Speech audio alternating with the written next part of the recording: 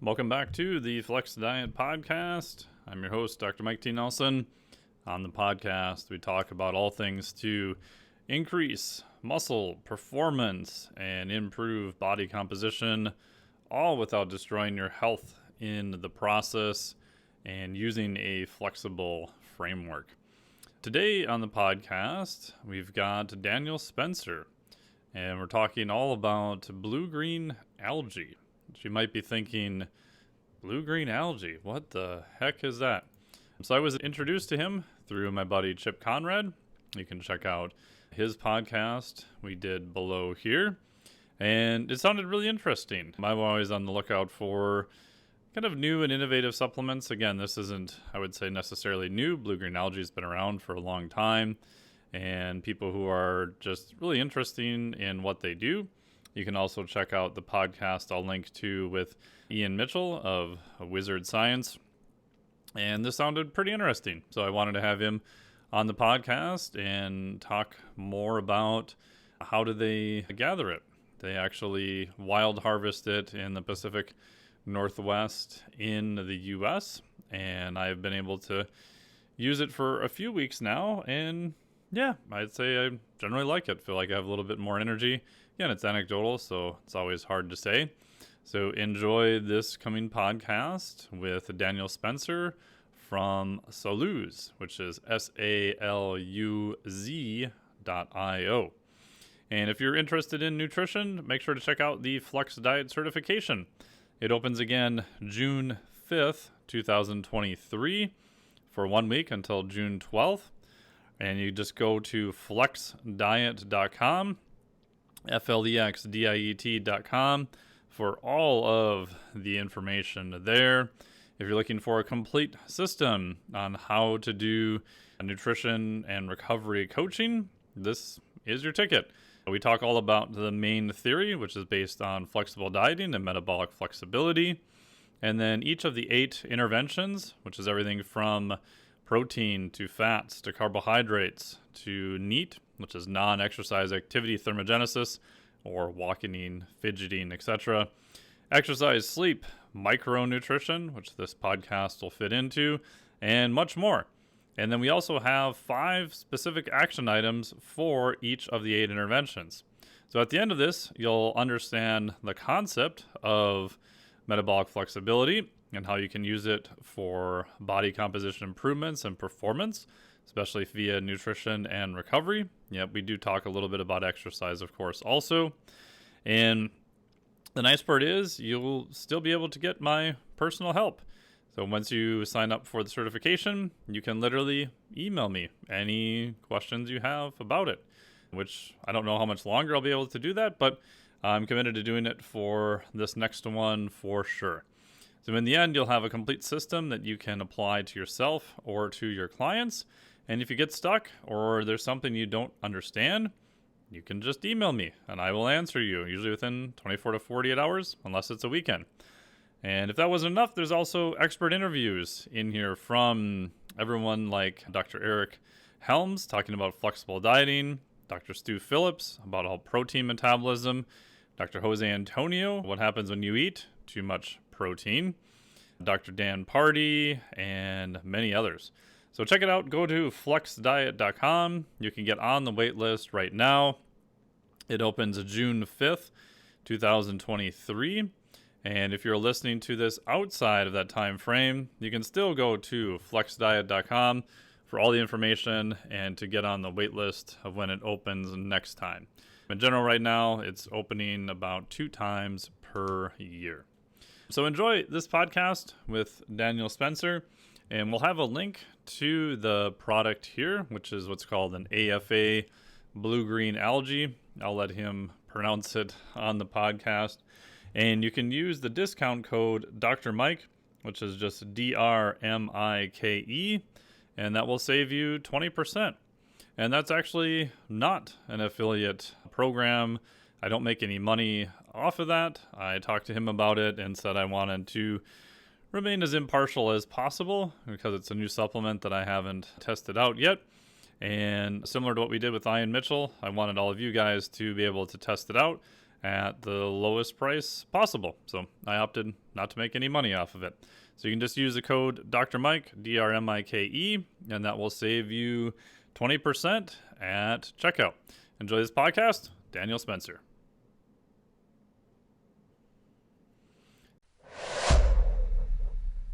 Hey, welcome back to the Flex Diet Podcast. And today our special guest is Daniel. How are you?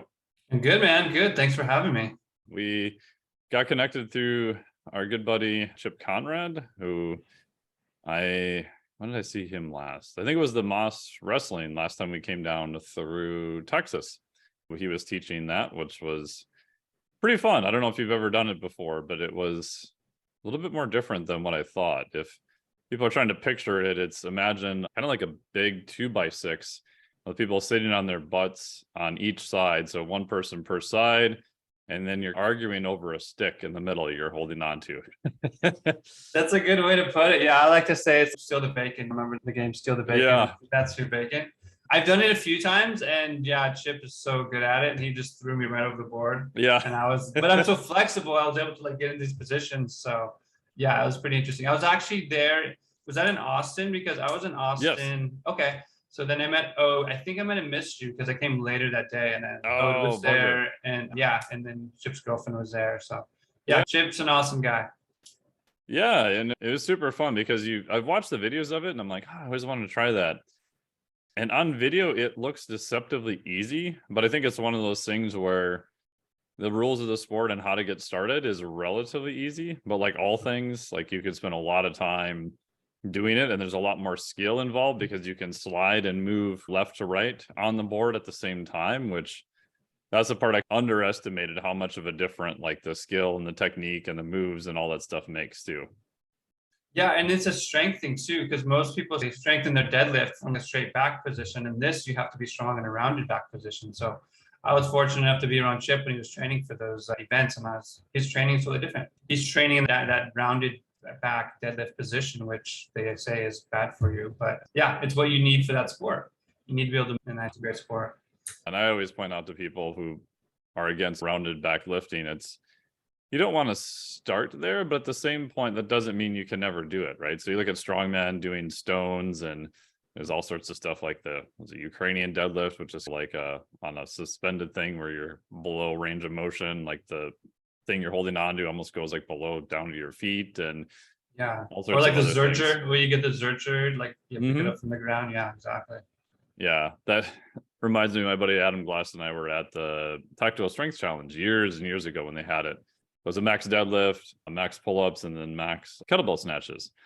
And a buddy of ours came down from North Dakota, and he round backed this like 455 deadlift, and we both looked at each other and we're like, on one hand, considering he doesn't normally practice, that's pretty impressive that he didn't blow out his back. On the other hand, it just looked so horrible. We're like, we never want to see that again. Was he fine the next day, the next week? He was completely fine. And it's one of those things where you're watching it, and it wasn't like he set up with his thoracic kind of rounded and it didn't move. Like he set up and then he just got crumpled into a human cashew on the way up. And you're like, oh God, this looks like this is so bad. But I don't know, got away with it. Not what I would recommend. So tell us a little bit about what you do. I know I got connected with you through Chip, the supplement that you guys produce. Yeah, so originally my background was in health and wellness and fitness, and that's where I met Chip at his gyms along the way. And I was teaching handstand workshops, and ended up moving to Mexico 6 years ago, and I was doing retreats and the overall theme of it was connecting people to their body and becoming more embodied in the whole physical experience. And so that led me down to nutrition and trying to maximize my physical performance. And so then I got really into different nutrition products, and I've been following you for a while. And so that led me down into the path I'm in now, which is natural medicine. And I've been a big believer we're in this kind of age of remembering now, where we need to go back and learn from our elders and learn from the wisdom that's been around, and not trying to recreate the newest, latest thing out of a lab or that science is going to create. Let's go back to nature, because nature is proven to exist, and she has the perfect balance. She ebbs and flows, but she keeps it at homeostasis. And so My main focus for where I'm at is to maintain that homeostasis as long as possible, so that way I can do the things I want to do. And so it just so happens that in my research, we found about this product. It's an algae. And if you think about algae and the story of algae and how it relates to the planet, it was the first organism on this planet that absorbed the carbon dioxide and created life on the planet. So it's the fastest regenerating organism available today. And so when you take that and bring that into your body, is able to nourish and you're able to regenerate your cells at a much deeper level. And it's so important now more than ever to be able to, I guess you have to supplement. I don't like the word supplement because people think supplement is when they need it when they're sick, but our lives are different than our ancestors' lives. Like we just don't have the nutrients are not available for us. So we have to supplement. And so this is not a supplement to food. It's the first food on the planet. And yeah, we're just excited to share it with people because everybody that takes it, they're like, I don't know what just happened, but I feel amazing. And another conversation we really want to share is it's not so much focusing on isolating which nutrient you're deficient in, because it's great people are taking responsibility for their health, but they're like, okay, I'm deficient in zinc. So then they give their body so much zinc, and then it throws off the ratio of the magnesium. And then the magnesium throws off the ratio of the calcium. So it's a dance, and we're just trying to tell people, give your body all the nutrients you need, and then get out the way, and then see what happens. Is that related to, are you familiar with the aquatic ape theory that humans evolved near the coastal lines? And one of the reasons for that was potentially essential fatty acids and other food sources that were considered more scarce if you weren't near coastal areas? Yeah, no, it's similar to that. But the thing about it is, again, looking through the lens of nature, this area where I live, the animals here are thriving. So like we have the largest bald eagle migration area. And explain where you're living too, so for people listening. Yeah, so I live in Klamath Lakes, Oregon, which is 40 miles north of Crater Lake. And what makes this area unique is originally there was a lake, it was called Modoc Lake. It was 100 miles wide and 100 feet deep. 8,000 years ago, when Crater Lake, it was originally called Mount Mazama. When it imploded, it fed this whole basin full of volcanic minerals. And so now the lake is only 8 feet deep. And so that's important for the algae because the algae needs light. So it needs the light. And so the lake is so shallow that it has the depth that the light can penetrate so the algae can grow, but it also needs the minerals. So it needs the minerals from that implosion. So then also it needs fresh spring water. And there's 17 beautiful, pristine spring waters that feed this whole basin full of this lake. So it's literally one of the most pristine places on the planet as far as nature goes. And again, that goes back to the context of these animals are 30% bigger. All the life here is about 30% bigger. So your cattle's about 30% bigger. The average trout's about 32 inches. So these animals have what they need for their environment and they're thriving in their environment. Very interesting.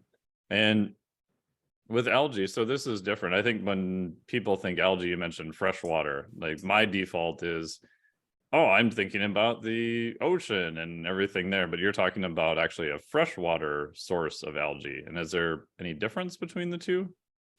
Yeah, there's a difference, but mainly, yeah, this is a freshwater algae. So literally it's grown out of a lake. And there's other species. The species name, it's a funny name, but it's Zamanan flaza agua. Say that real fast 5 times. Yeah, exactly. No, speaking of Chip, there's a really good video of him trying to say it. And he does a good job. Yeah, I'll definitely share that with everybody. It's really funny. Yes. He goes, phenomenon, and then he pulls out the Muppet and he loses them. Yeah, so it's super funny. But Zamanan flaza agua, and what it literally translates to is the invisible flower of the water. Because what happens is right now it's springtime, but it's snowing right now actually, which is good for the lake because the algae is going to hibernate. And so when it hibernates, the spores are going to create more essential fatty acids to keep them alive. So that means when you ingest that, you're getting essential fatty acids as well. So the harsher environment that it grows in, the better it is for your body. And that leads to all like antioxidants and things like that. Because that's kind of related to, maybe it was David Sinclair in his book talked about that sort of, I can't remember the word he used, but a passing down of the hormetic effects of the environment via food, right? Like you mentioned, and we know this from the thing I always use as an example is grapes for wine. Like people who have vineyards, they don't want it too wet. They don't want it too dry because then the grapes die, but you want it in these more what looks like very arid, harsh climates, and it produces different compounds in the grapes, which then they use for wine. If you look at coffee, it's the same thing. You've got this certain areas that have better coffee, and it's not a quote perfect environment. It has some of these periodic stressors. Cannabis is the same way. So it appears like a lot of these compounds that have a lot of antioxidants and other nutrients in them, they need to be in a sort of just the right amount of stress in the environment, where if you remove all that stress, those compounds tend to show up in lesser amounts. Yep. And you can relate that back to the human organism 100%. It's like we were made to adapt into our environment. And the more that we can learn to adapt in our environment, the stronger we're going to be, the more robust we're going to be, the more healthier we're going to be, the more alive we're going to be.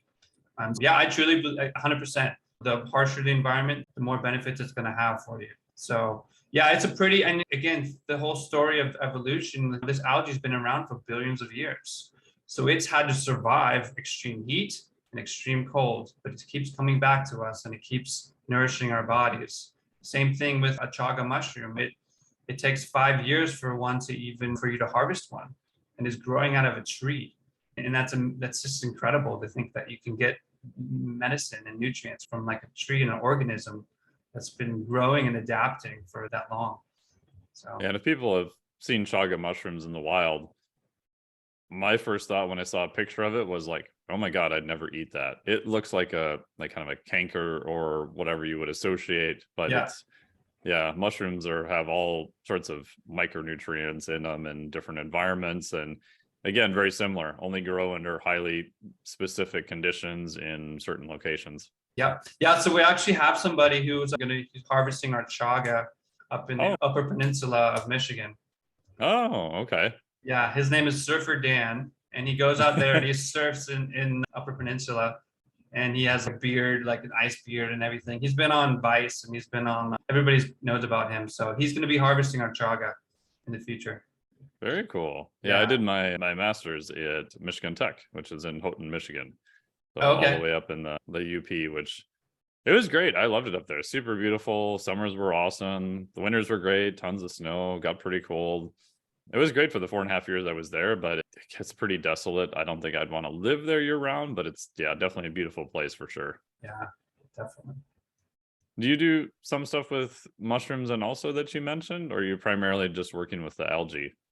No, we do have mushroom products. So our philosophy is the algae is your micronutrient resource, and 92% of people are micronutrient deficient. And so we know that studies show that if you have a micronutrient deficiency, that leads to chronic disease. And 60% of people have a chronic disease, and then 40% of people have 2 or more. So that's our foundation, is let's raise the micronutrient levels up. And again, what makes this algae so unique is the cell wall is made of fatty acids. So literally your body doesn't have to digest it like a plant cell wall to get the nutrients out of it. So you're able to absorb all the nutrients through the blood-brain barrier, and so your body's able to fully embrace the nutrients. So our philosophy is to raise your micronutrient levels up, and that's where the mushrooms come in, and those are going to help balance everything out as far as your health goals, or depending on the season that you're at in your life. So we have, for instance, like reishi mushroom, that's known as the herb of immortality, and we have chaga mushroom. It's really good for your skin. It's good for detoxifying. And again, these mushrooms have the same properties as the benefits. So like a chaga mushroom has a tough skin, a chitin skin. So it's really good for your skin. It's really good to give your body melanin. It's also really good for help you with melatonin and sleep as well. So these plants are literally giving us a lens to look at to actually kind of learn more about it and what they're going to be good for. Reishi mushroom, red is good for your heart and black is good for your kidneys. So we know, like nature's telling us, okay, and these are the things I was talking about earlier, it's like the wisdom. The more that we can learn about this and be like, okay, if I have heart problems, I know I need to have more reishi or something like that, because it'll help me regulate my blood sugar and cholesterol. But we also have cordyceps sinensis.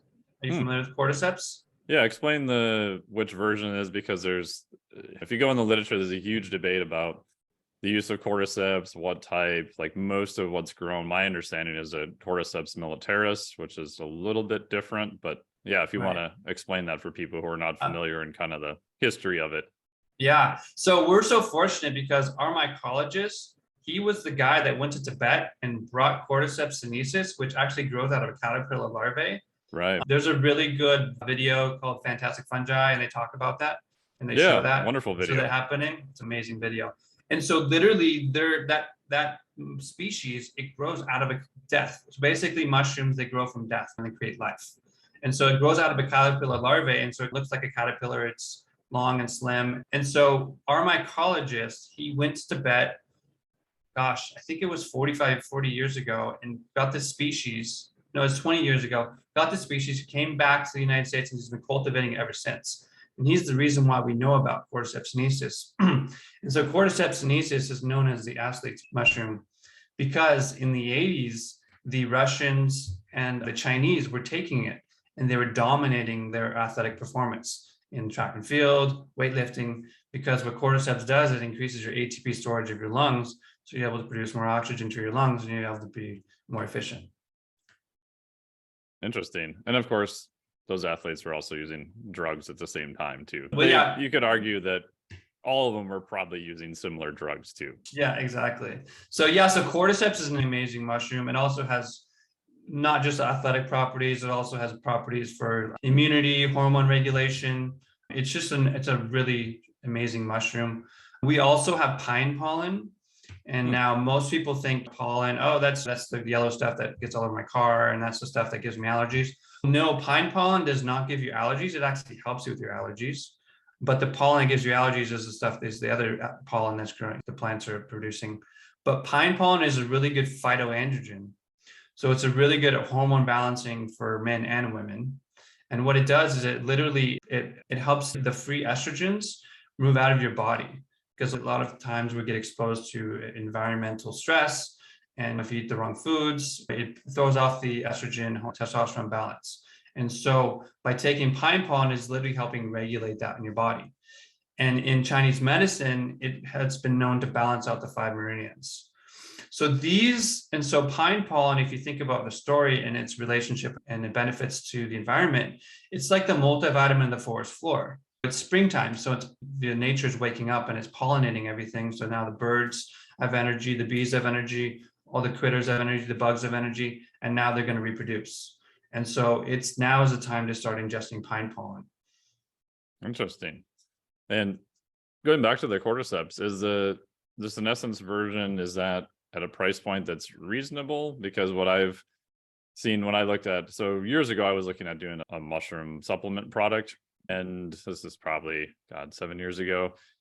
In short, I had everything lined up. I had potential investors, distribution, all that kind of stuff. But I ended up not doing it because the quality of a lot of the products was, I would say, probably less than suspect. And then some of the versions I was able to find, they were not super upfront with what portion of the mushroom it was from. So for example, like reishi, there's a fair amount that were lab grown at that point, but it wasn't necessarily the fruiting body of it. It was the mycelial portion. Again, if you look in the literature, there's a big debate about, is it the fruiting body? Is it the mycelial portion? Blah, blah, blah. But I couldn't really get what I felt was a decent sourcing that matched the literature.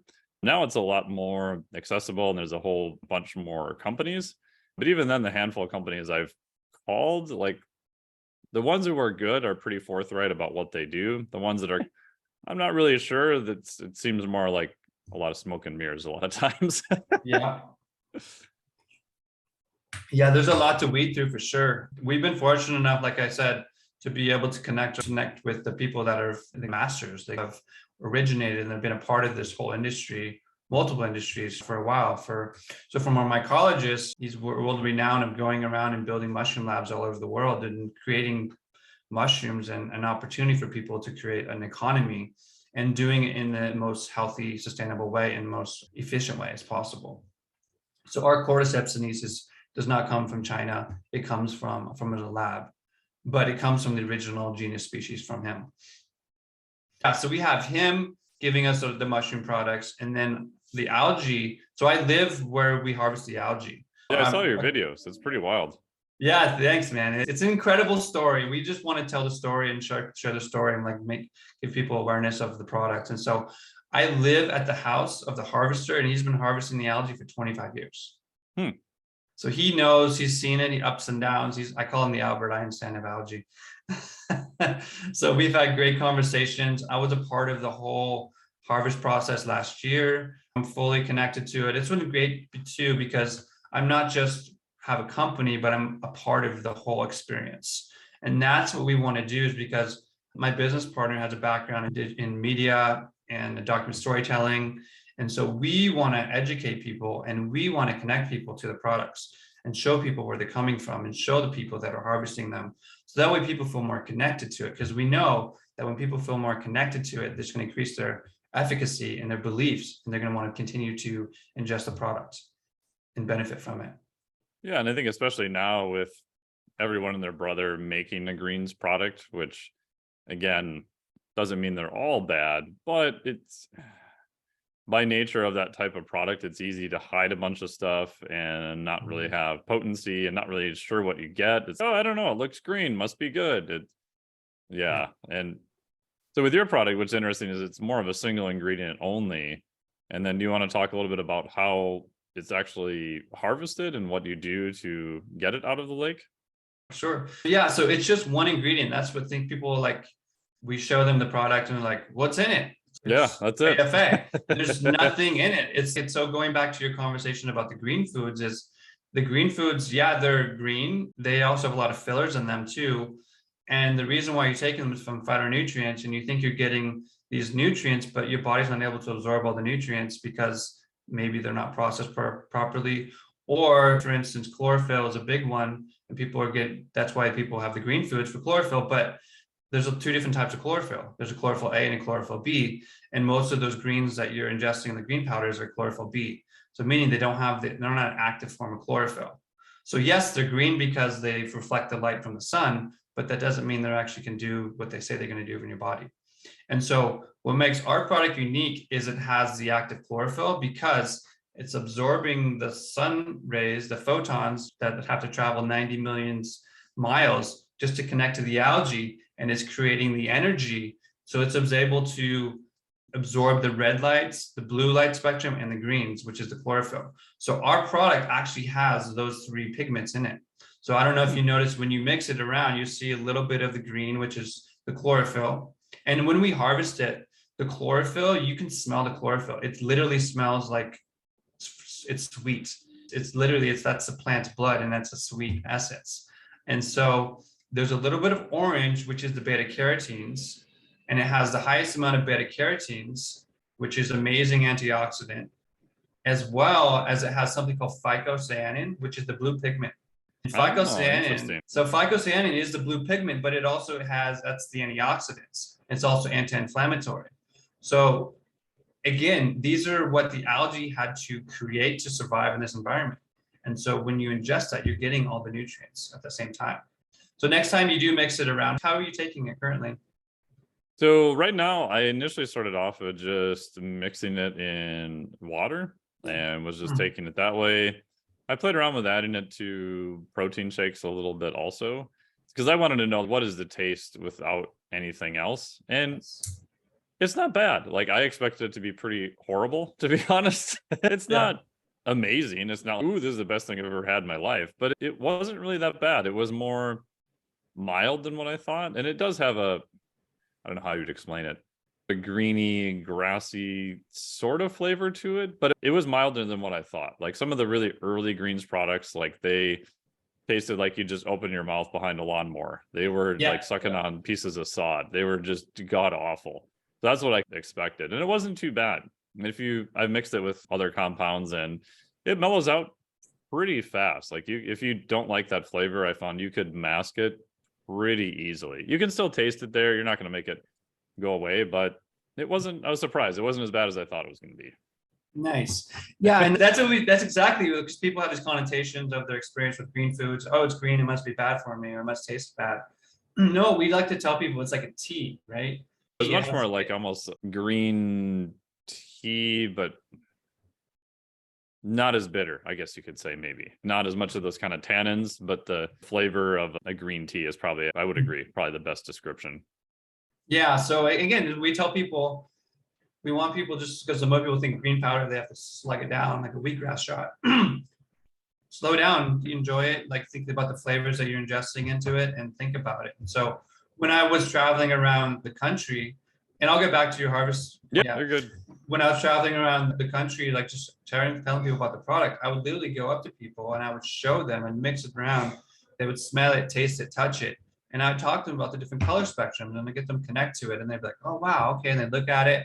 And then when they taste it, they'd be like, oh, okay, yeah. So they're able to embody it more. And I think that's a big issue. I feel that people are just disconnected, right?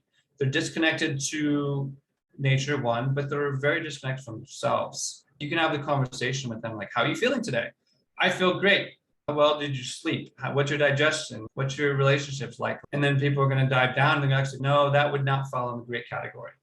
But we're so programmed to say, I feel great, even though we're not listening to the signals that our bodies are giving us. We'd much rather listen to a red signal in our car than we would a red signal in our body. So yeah, that's what we're trying to do, is just connect people. Like, one, connect people to the product. And what's great too is by taking the product every day, it's going to give your body these nutrients, but then we'll start to manage the cravings. Because a lot of people say, I crave sugar, I crave this after certain times, they're emotional eating.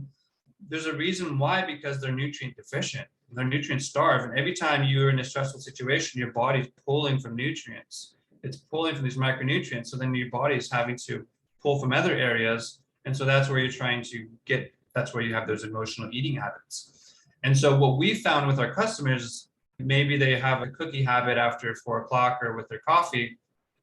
Now they're like, oh, I don't crave that cookie anymore, or I don't crave this or any of that anymore, because we're feeding their body with nutrients. And so in that process, they're learning about their cravings, they're learning about their habits, and they're learning about themselves, and they're able to connect to themselves a lot deeper. And so, yeah, that's a much deeper lens to look through of what we're trying to do. But again, it starts at raising the micronutrient levels up and getting your body out of that survival state. A lot of people are living, unfortunately, in this survival state of fight or flight.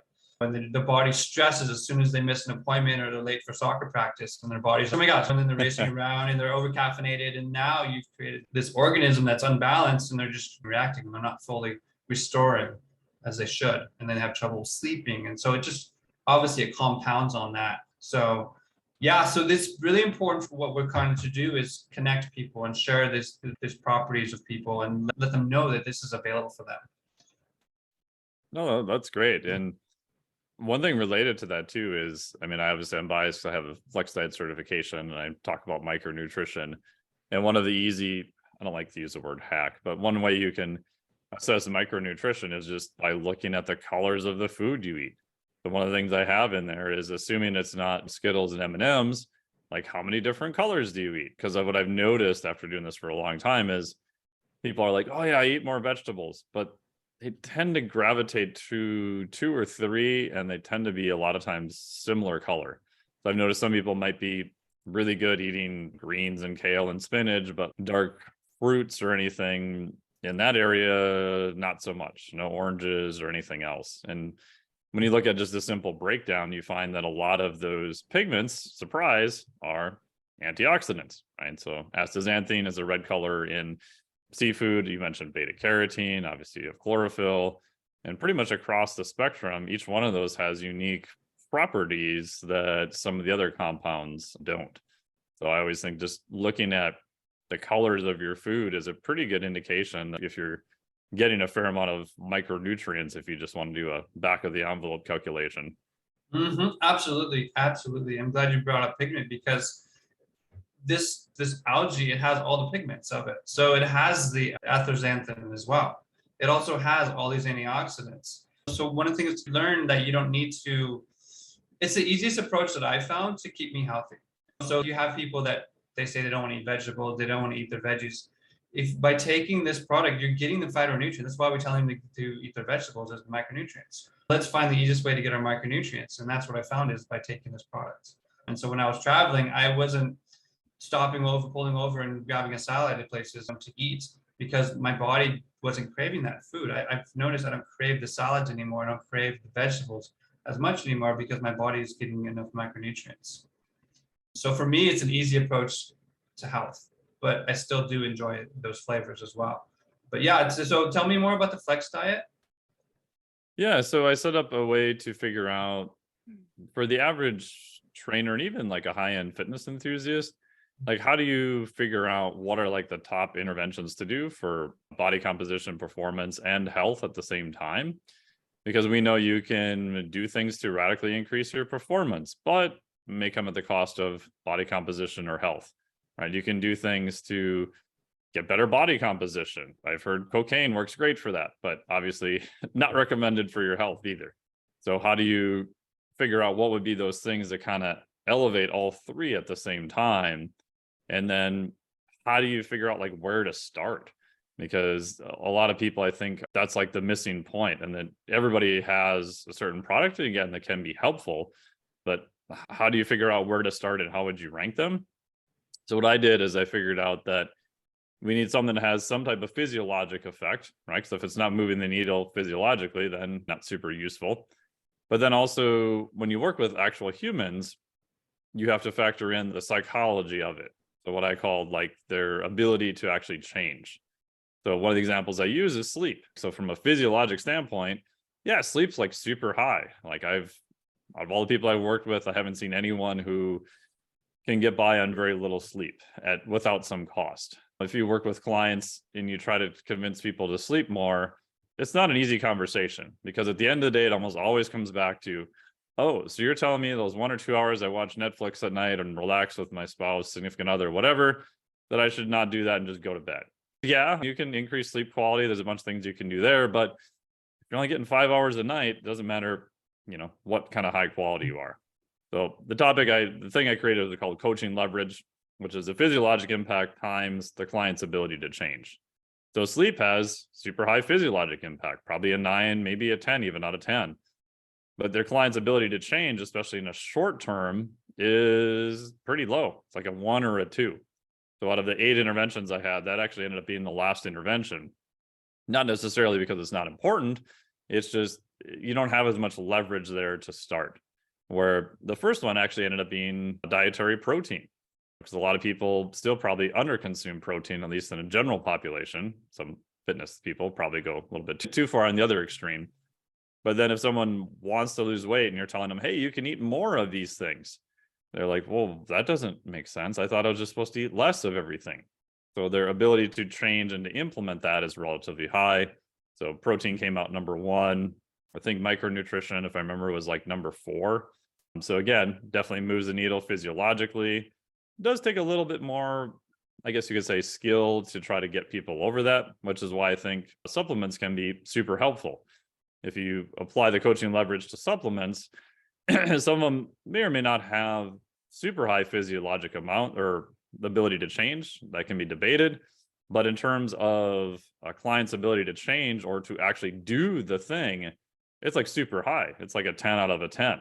Just add this substance to your drink, take this capsule, whatever. It doesn't take a whole lot of effort. And I think that's where supplements can be super useful, but that's also an aspect that isn't really talked about a lot. Because people are either like, oh, supplements are super helpful and that's all you need, or, oh, they're horrible. And what are you supplementing your diet, you idiot? You should just eat real food. What are you doing? And the answer is, yeah, it's somewhere in the middle. Should you eat mostly whole foods? Yeah, I agree with that. However, especially when you're working with general population whose diet is normally like a floating trash bin fire in a flood, I'm okay with having them use supplements, especially to start, right? Okay, now you start to feel better. Great. Now let's work on maybe getting some of these more from real food and work that direction. But most people don't feel very good. So their odds of doing anything and doing more stuff actually is very difficult then. Yeah, exactly. But it goes down to what you talked about, the habits, right? It's Yeah. changing, it's getting people to make that habit to actually take it every day. And one of the things people say is, oh, I forget, or I forget. It's like, do you forget to eat every day? Do you forget Yeah. do you forget to brush your teeth every day? No. Could be, why is that? Because it's a habit. So by taking maybe a powder and putting it into your shaker bottle and mixing it around, and bringing it with you, that's a new habit that can be created, but it's going to have a long lasting benefit.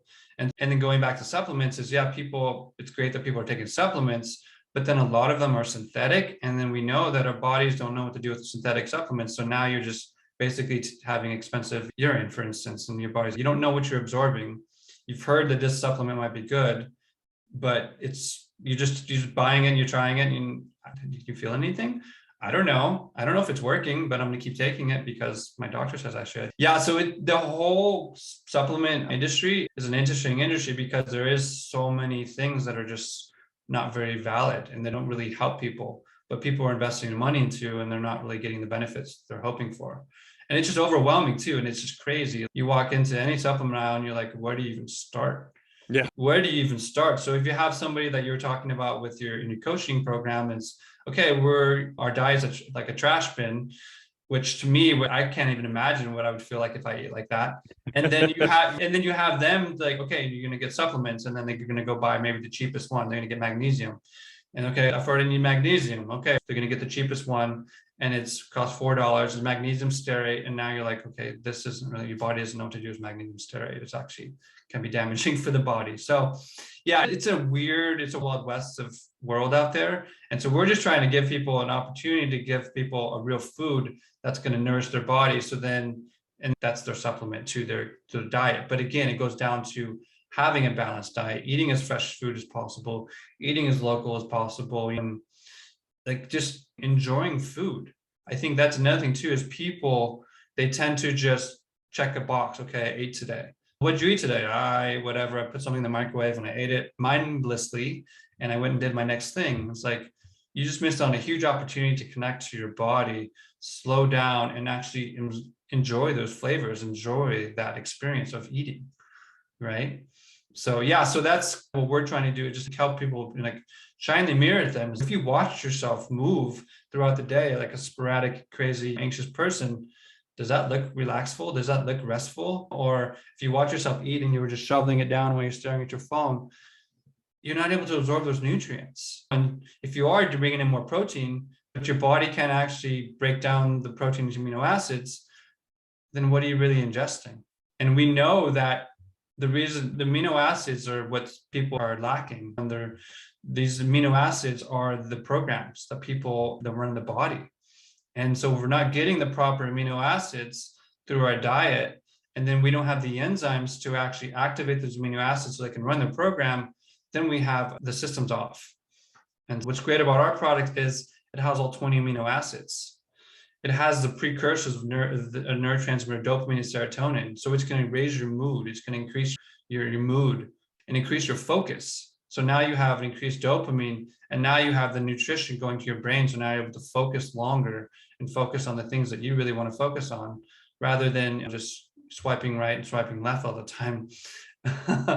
And so also the amino acids are important because they tell your body when you're full. And again, if you're eating protein, but your body's not able to break them down amino acids, then your body's not telling you when you're full, and you overeat. And that's when you have all these issues. And again, it's the disconnection from the body. And yeah, I often teach that you eat for two reasons, the H and H. So I have this thing where I love alliteration because it's easier for humans to remember. Yeah. You eat for homeostatic reasons, right? You need energy, you need these basic things to run your body. But we also eat for hedonic reasons, that food tastes good and it's a form of enjoyment. And it just seems like people are, in the fitness world, they either skew one direction or the other. They're like, oh, it's just homeostatic, don't taste your food, just eat it. To, I only want these food and liquid. Yeah. Or I only want these foods because they're pleasurable. And the reality is you want to find that happy medium that's both, right? You want a meal that you actually literally enjoy that's also nutritious. And even with digestive stuff, what I've done more lately is, in the last couple of years, is just ask people more about what state they eat in, and even just having them do a couple slow breaths before they eat, or if they want to say a prayer or whatever they want to do, just to slow down, actually chew your food, try not to do anything else at the same time you're eating. Don't be scrolling through Instagram or whatever else. And even just doing that, in a lot of cases, not every case, their digestion improves, because if your body's in a state of fight or flight, it's literally diverting blood flow away from your gut because it thinks it's going to run from a lion or do some exercise. So just getting people more parasympathetic, more relaxed. There's very interesting studies that show people tend to eat less at the same time. Yeah, and just get them to enjoy their food, become more aware of what they're doing. How do they feel after they get done eating? Do you feel pretty good? Do you feel horrible? Like you said, just try to be just a little bit more aware of what's actually going on. Yeah, those checks and balances are super important for sure. Like you just said, like that's why it's important to show the mirror at people and ask themselves, like, how do you feel after that you ate that meal? Was that a meal that's going to nourish you, or is that going to make you want to lay on the couch and sit there and not have energy to move? And I think also the tendency is to overeat, and then we overeat, and then we don't have the energy to do the things because our body's trying to digest the nutrients, and you're actually trying to continue about your day. Or yeah, listening to your body is the overall tenet of this, and connecting and having that relationship with your body is the foundation for health. I truly believe in, as long as adaptation and things like that. And so what makes, again, AFA unique so we harvest it. So when we harvest it, we can only harvest it at one time a year because it has to be the right environment. It has to have the right amount of light. We typically harvest it around a full moon because it needs the extra photo activation from the moon to bring the algae to the surface. If it doesn't have the light, the algae is not going to come to the surface for the light. And if it doesn't have the minerals, then the algae is going to be dormant. And just a little bit of wind will make the algae will actually go back down to the surface. Then we can't harvest it. So when it's go time, it's literally right on the surface of the lake, and you can see it respirating. You can see it absorbing the carbon dioxide and creating oxygen. It's an amazing opportunity. And so we have two different harvesters, and they go out there, and all they're doing is they're skimming the edge of the harvester of the water. They're lifting the algae out of the water's draining out of it, and then we're bringing it to this one barge, and then we bring it to another barge, and we bring that barge back to shore. And then instantly we take it to Utah. We drive it all the way to Utah in 14 hours just because of the best drying facility on the planet. And so what they're doing is they wash the cells again. So that way each cell of this algae, it's a microscopic cell, gets bathed in fresh water. And then we remove the water, and then we dry it for 4 minutes at body weight temperature. And by doing that, we're keeping the enzymes alive. And by keeping the enzymes alive, now we're able to activate the nutrients, and we're able to create that synergy of the algae. Because the thing about it is it's not just amino acids, it's not just enzymes, it's not just the chlorophyll, it's the synergy of all those working together, creating the different nutrients that our bodies need, as opposed to just a green food, which is just this grass and that grass and this grass and that grass. It doesn't have the synergy. It's removed from its natural environment and where it grows. And the algae is still intact. And so our harvesters are so passionate about keeping all the nutrients intact. So they gave us the best products to bring to the market and ship and sell. And you mentioned that the cell wall you said was actually essential fatty acids. And I believe the cell wall in other forms, like you'll see different forms that say like a cracked cell wall because they have a harder time accessing the actual nutrients in it. Is that correct? That is correct. Yeah. So chlorella, they actually break the cell wall with a sound. Yeah. And spirulina is another one, but it has a cellulose cell wall. So the nutrients are there, but your body has to digest them. And then also you need about 5 times as much spirulina just to get the nutrition quality that you get in 1 gram of our product. So spirulina also has a different flavor profile as well. And the way they process I find it tastes pretty horrible. It tastes like a fish. It tastes like a fish tank, right? Yeah. I tried it for a while and I'm like, this stuff tastes bad. Yeah. And then you had going back to habits, and you say, okay, you're talking to people, okay, I want you to start taking spirulina, and they take it and like, oh gosh, they can't do it. And then now they have that block. They're never going to want spirulina. They're not going to want green foods because they think all the green foods are going to taste like a fish tank. And blue-green algae, is that something also a little bit different, or is that sort of similar to your product since you've got different colors and antioxidants in it, or how similar or different is it? So it's a cyanobacteria. It still falls in the same category as cyanobacteria. Right. So spirulina is cyanobacteria, and this algae is cyanobacteria, but this species is different because of its Phenoxyzanum flaus agua. So yes, it is a blue-green algae because it has the blue pigments and it has the green Okay. pigments. Yes. Gotcha.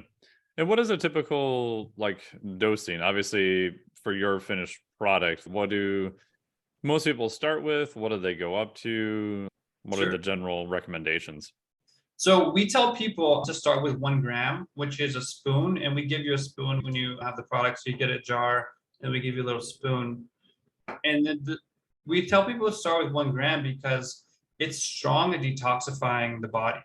Because what it's doing is the minerals from the volcano are chelated to vitamins. And so in that process, they're able to pull the nutrients pull the toxins out of the cell and bring the nutrients into the cell.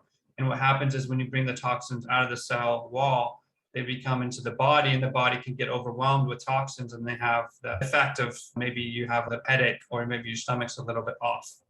So we tell people to start small. We start with 1 gram, and after about 2 or 3 days, you're feeling fine. Then you want to ramp it up. You want to ramp it up to 2 to 3 grams a day. And 1 serving is the equivalent of more nutrition than 1 pound of fruits and vegetables. Because if you were just to eat a pound of fruits and vegetables, you're getting all the phytonutrients, but you're not getting the omega-3s. And our algae has the omega-3s. It has not only the main omega-3s like DHA, EPA, ALA, but it has all the different variations of those. So it has of 20 different species, different types of omega-3s, essential fatty acids. It has over 70 minerals. It has over 1,000 enzymes. So you take like a magnesium, and magnesium comes out of chlorophyll. A lot of people, that's what makes it unique too, is you're getting magnesium from its core. You're getting magnesium from the sun. You're not getting it from a pill. And so the chlorophyll has magnesium at its center, which is very similar to iron. Yeah, they look very similar. You take the two chemical structures, and it's pretty crazy. I did that a couple of years ago, and I was like, holy crap, that's weird. Isn't that crazy? And I like it's cool too, because I tell people when I'm having conversations in the fitness world, like, you know what a mace looks like? Imagine a mace with chlorophyll at its center. So you have a hydrocarbon, and so you basically bring in these nutrients into your body, bringing like that nutrients into your body. And so it literally it has the synergy. So it has magnesium, right? But it also has glycine. So it has the enzyme to turn that into magnesium glycinate. So it has magnesium and it has histamine. So it has magnesium histamine. So it has all the different variations. So literally you're getting all the different variations of these minerals because it has the synergistic effects of the nutrients. Very cool. Yeah. Is there any studies on it just related to pure performance, or has that not really been looked at a whole lot yet? I do studies that cost a lot of money, unfortunately. Oh yeah, they're very expensive, and they're pain in the ass to do with real humans. Exactly. But the nutrients that are in the product have been studied. So we have the nutrients that are in the product. They have the studies, but we don't have the studies to actually back up the efficacy of it. But there is a lot of more research about phycocyanin and it has antioxidant effects and how it protects you from COVID and things like that. And it's been really good, and a bunch of other antiviral properties as well. So there's more and more research that is coming out, but this product in itself doesn't have the money and research to actually been studied as it needs to be. And that's what we want to do, is we want to be able to fully test it. We want to vet it. We want to do all this kind of stuff so that we can tell people and show people that this is really what it is. Yeah. And so for any graduate or PhD students listening, it would be, I don't want to say an easy experiment to run, but out of all things you could do for a dissertation, it would be on the easier side because it's in a supplemental form. You can buy it off of the shelf. You have traceability. So if anyone's listening, I think that would be super interesting to run. Absolutely. Come on out to the lake. Honestly, if anybody's really interested in doing some studies on it, come on out to the lake. We'll give you the Cook's tour, show you about it, and you get fully connected to it. And you can, we'd love to have you for sure. Yeah. And is it mostly in a powder? Do you have it in capsules, or is capsules just probably not that useful because of the volume? Oh, no, we have it in all delivery systems. So we do have it. Yeah. So basically there's no processing to it. Literally, we harvest the algae and then we dry it, and it's a fine powder. Yeah, it's very fine. It's super, super dark green too. Like you look at the color, like some of the Japanese green teas, I just sit there and stare at the color. I'm like, oh, it's so bright green. Yeah. And then it's amazing too, when you put it into the light, you can see the different spectrums of the light as well. So yeah, so it is in powder, but we also have it in capsules and we have it in tablets. And the tablets are nice if you are, like, for instance, if you're backpacking or you're traveling, you don't want to bring powder with you. So you can just take the tablets and it's an easy way to dose and keep your nutrients up. Because when I was backpacking before, that's the one thing I was craving was was like fresh food. You can only have so many MREs Oh, before yeah. you're like, I just want something fresh. And so by taking our product every day, you're getting your body a fresh nutrient to power it. But so as far as like physical performance, I've noticed increased energy to be able to just do the things I want to do longer. Chip has noticed the same thing. So Chip has a really good video. I highly recommend you watch it. And Chip, he's a no bullshit kind of guy. He's Yeah, yeah. basically, he's like, if he doesn't do supplements, but then he's like, I'll just try your stuff. And then he's like, I actually have more energy to do the things I want to do a lot longer. And I'm more motivated to want to do those things longer.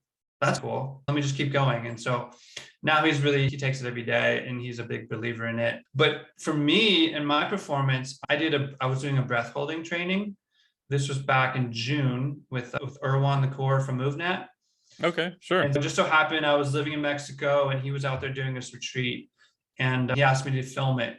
And so I was filming the contestants. And prior to that, I was doing my own training, some free diving training on my own. And every night at sunset, I would go swim in the ocean and just with my fins and swim as far as I could and holding my breath.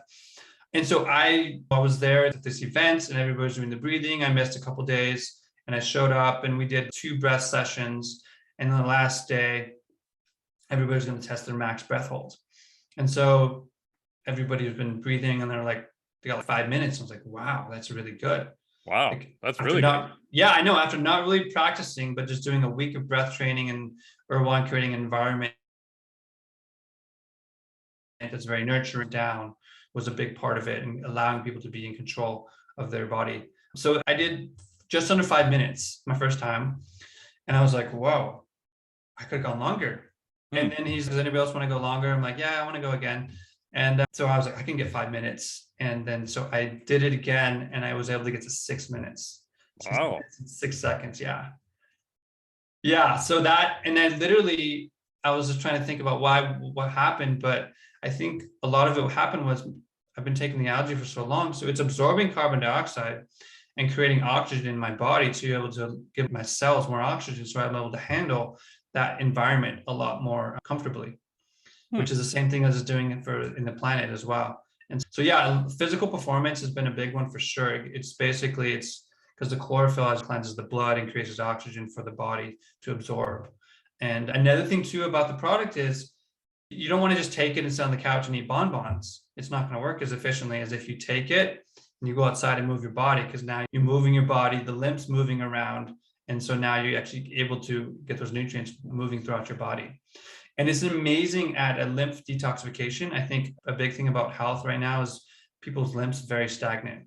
I think we can agree on that. And that causes, basically, it's like a clogged sewer system. That's never a good thing. And you basically just clogged up and you just don't have the energy to do the things because your body is not able to create the energy. And so since it has the highest amount of chlorophyll, it's really good at cleansing the lymphatic system as well.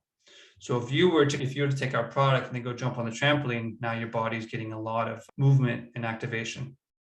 Yeah, and it was very interesting what you said about Chip's performance, because I know he tracks his performance, not in a formal sense, but he's also very aware of his body and movement and what impacts it and what doesn't. And so he's obviously the guy who put us in touch. So if it wasn't a referral from him and him saying, yeah, I've used this, I think it's super interesting, we wouldn't be having this conversation, because I turned down probably 99% of people who contact me about wacky supplements that I don't know, don't understand, can't really vet that well. So yeah, it's interesting of like single source items that have been used throughout history, I think is a good starting point to look to see what benefits could they have. And also in terms of downside, toxicity, that type of thing, do they come from a clean area? Is there stuff in there that you don't want in there? It's easier to vet all of those things compared to some of their supplements where just trying to get information on their QC, their quality control, or even just a COA from them is almost like impossible also. We have all that information. In 25 years, we haven't had a positive test, which is a good thing. And so we test it every time before we harvest it. We test it in the morning, we go out and scout it out, and then we test it during the scout, and then we test it before we harvest it. We make sure that the water temperature is the right temperature, because if it gets too hot, then the other species of algae can compete. And then we test it at a third-party lab before we dry it. So you're getting it tested 3 times before you're bringing it to your body. And we just want to make sure that you're getting the very best product available for you. And then we're 100% committed to that. Yeah, and that's shocking. One of the things the supplement companies, a lot of them don't do very well, is you would assume that what's on the label is in the thing. And then you would also assume there's not a bunch of other nasty stuff you don't want. And again, there's some companies who do a very good job of that. Some companies, they worry me. Yeah. It's crazy nowadays with e-commerce, is you can literally buy products on the website. You have no idea where it comes from. You have no idea the source of it. And you could call somebody else, they'll put it in a bottle for you. You can get somebody to design a label for you. Before you know it, you have a supplement product and supplement brand. Oh, yeah. But you have no idea what's in it. Yeah. So we're 100% connected to it. Our plan is to actually go to Tibet with our mycologist and film him and talk to him and see where the cordyceps species goes. All of our products, we want to go around the world and share their stories. And algae, we want to do a documentary on it. We want to share and bring awareness of algae because of its potential to help the environment out in so many other ways. It has the potential to help us reduce our plastic consumption. They're making surfboards out of algae. Our company is so committed to sustainability, we actually use ink from algae. So there's a company called Living Ink, and they take the ink from algae, the pigments from the algae, and they turn it into an ink. So now we're not using petroleum. So that's the kind of commitment we have to our company as far as what we're doing, and so for our customers. That's great. And where can people find more information about you? What's the website and what's the info? Yeah, so the company is Soluz, SALUZ.io, and it's a made-up word, but it's 2 things. So in Latin, salud means health, and luz is light. So when you combine the 2 words, it means the light of health. So every time you're bringing the product into your body, you're bringing the light of health into your body. Very cool. So Soluz.io is the website, and then we're on the socials, Instagram, Soluz.io, Facebook, Soluz.io.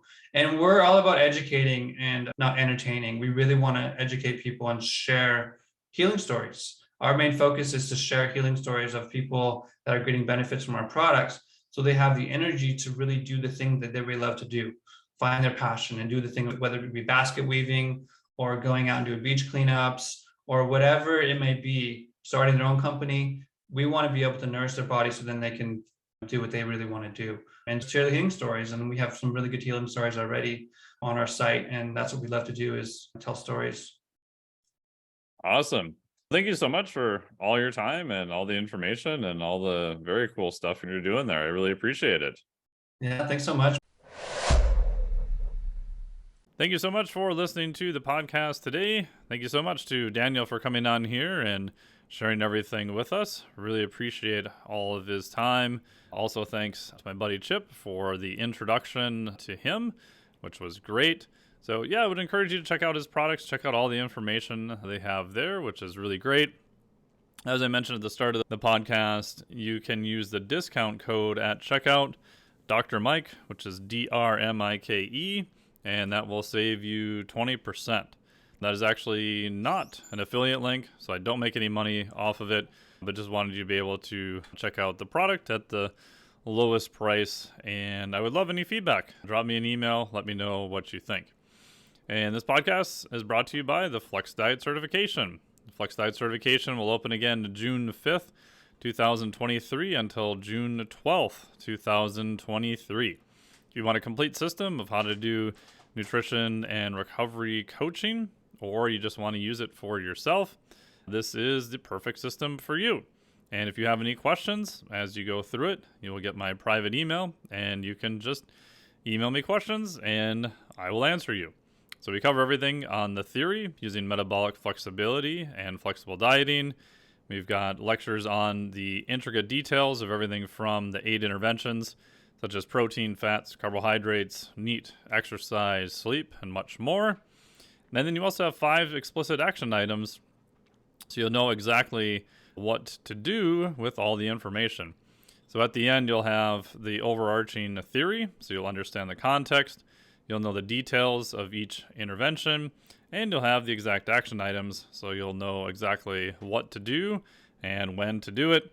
And if you still get stuck, which does happen, other questions come up that we can't possibly cover in the 28 hours of the certification, you can just email me. So I'll give you my private email. You can ask any questions related to the certification. So go over to flexdiet.com, flexdiet.com, for all of the information there. Thank you so much for listening, and talk to you next week.